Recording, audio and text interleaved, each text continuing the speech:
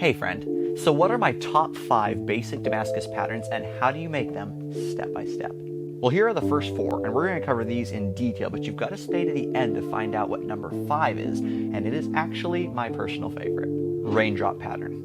This is a pattern with target-like rings in it. They can be small and bold, like this pattern, or they can be large with finer rings, like on this chisel. Either way, the pattern is nearly identical. Start out with a layered billet. For bold rings, have it between 20 and 40 layers. For finer rings, bump that up to 80 to 100 layers. The layer count determines how bold the rings are. A smaller number of layers will mean a smaller number of bold rings. A higher layer count will mean a higher number of finer rings.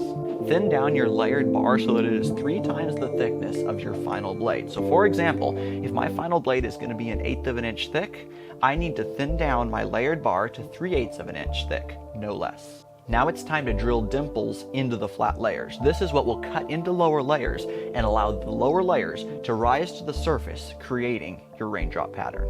The size of your bit will determine the size of the drops in your raindrop pattern. For example, I used a 5/16 inch bit on this blade, where I used a 5/8 inch bit on this chisel. I recommend drawing lines to lay out the placement of your dimples on your billet. Keep in mind, the size of your bit will determine how close together the dimples can be. Now you're ready to drill. Make sure your layers are running horizontal, in other words, perpendicular to the bit, and only drill as deep as the tip of the bit, no more.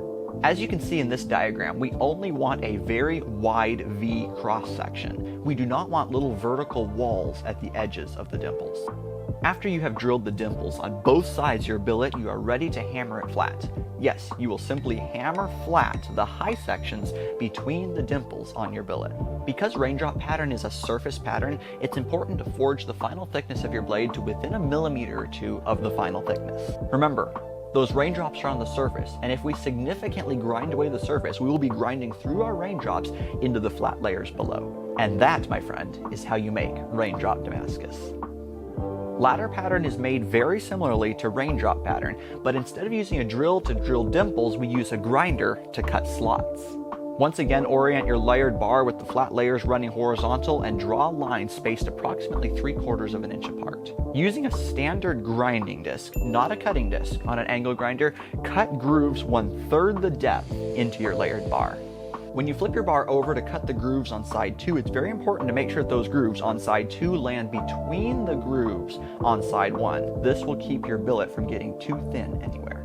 Like we did with the raindrop pattern, then you will hammer your bar flat and forge your final blade to within 1 millimeter or 2 of the final shape to avoid having to do significant stock removal on the surface, thus grinding into your pattern. For different results, you can cut the grooves deeper, shallower, wider, or increase or decrease the layer count of your bar. And that, my friend, is how you make ladder pattern Damascus. Twist pattern is fairly self-explanatory because it's twisted, but I have some tips that will make the process go much more smoothly for you. Start with a bar of medium layer count. 40 to 80 layers is excellent, and my favorite size of bar to twist is between 3/4 and 1 inch. Either forge or grind your square bar into an octagon before twisting. This will significantly decrease your risk of flaws where, if twisted square, the corners of the bar would begin to touch each other. How many times should you twist it? Well, that's up to you. The more times, the tighter the pattern will be, but here's a good rule to follow. Divide the length of your bar by the diameter. That is the maximum number of times you should twist it. For example, a 1 inch thick bar, 6 inches long, would be twisted a maximum of 6 times because we divide 6 by 1 and we get 6. Similarly, a 2 inch bar, 20 inches long, would be twisted 10 times because when we divide 20 by 2, we get 10.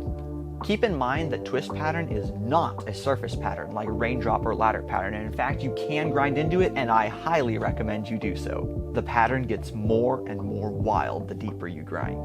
That, my friend, is how you make twist pattern Damascus.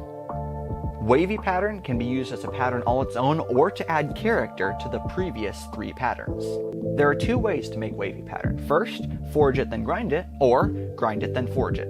Let me explain. Say we have a simple layered bar. Using a 3-pin swage, you can forge curves into the bar. This moves the steel into its wavy form, but now you have wavy sides, right? we must mill, cut, or grind the curves off the sides to return the bar to straight, but leaving the center wavy. That is the forge then grind method. To grind then forge, you will first grind your curves into the side of the bar, like this. Then, you will forge the bar straight, and in so doing, move the center curvy while straightening the sides. This is the grind then forge method. Both these methods work well, but the first, forge then grind, will usually result in tighter waves. So here we are at number 5, and you have stayed to hear it. Pattern 5 is the endless combinations of combining patterns 1, 2, 3, and 4. These 4 basic patterns can be combined into one piece to create beautiful, eye-catching patterns. Just think about it, dream about it, draw it, and experiment with it. Ask yourself questions such as, what would happen if I placed a twisted bar between 2 wavy bars? What would it look like if I took 4 twisted bars, welded them side by side, but twisted numbers 1 and 3 clockwise while 2 and 4 counterclockwise? What would be the result of grinding ladder pattern slots between the dimples of a raindrop pattern billet? What would happen if? Well, friend, I hope you have found this helpful, and I would love to see what you make from these ideas. Be sure to check out my Instagram and tag me when you make something. Until next time, forge on.